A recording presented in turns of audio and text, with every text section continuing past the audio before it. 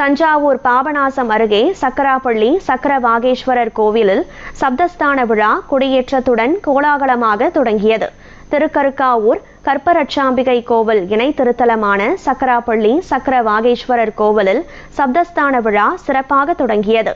தேவநாயகி அம்பாள் சமேத சுவாமிக்கு சிறப்பு அலங்காரம் செய்யப்பட்டு கொடிமரத்திற்கு பால், தயிர், மஞ்சள் உள்ளிட்ட திரவியங்களால் அபிஷேகம் நடைபெற்றது.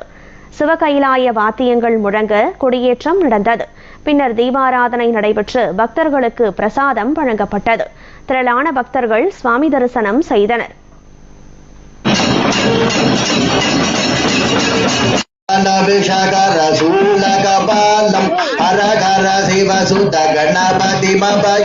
Lambor